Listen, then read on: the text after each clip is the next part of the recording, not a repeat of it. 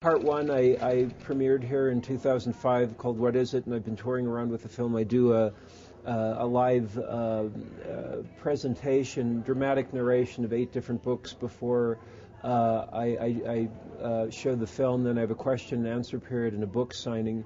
People can find out where I am. I'm going to be continuing to tour for years with both What Is It and Everything Is Fine. They can find out on crispinglover.com where I'm going to be with the films. But the sequel is not a sequel in the traditional sense. Stephen C. Stewart had a severe case of cerebral palsy, and he wrote this script in the late 1970s. And I put him into part one of the trilogy, What Is It?, because I wanted to produce this movie.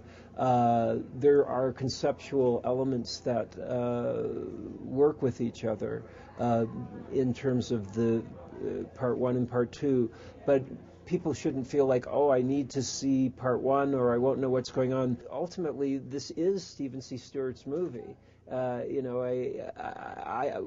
and I are like talking about it, and we've been incredibly involved with it, but it was very important to bring something out about what he had put forth. There was a naive retelling of something about his life, but it wasn't like an autobiography. It was more written like a crime, almost like a crime drama, but in a somewhat naive fashion. And being that he wasn't trying to bring things forth in a kind of academic way about his own psychology, there's a naive something that comes forth that's much more telling and much more, because it isn't academically dissected.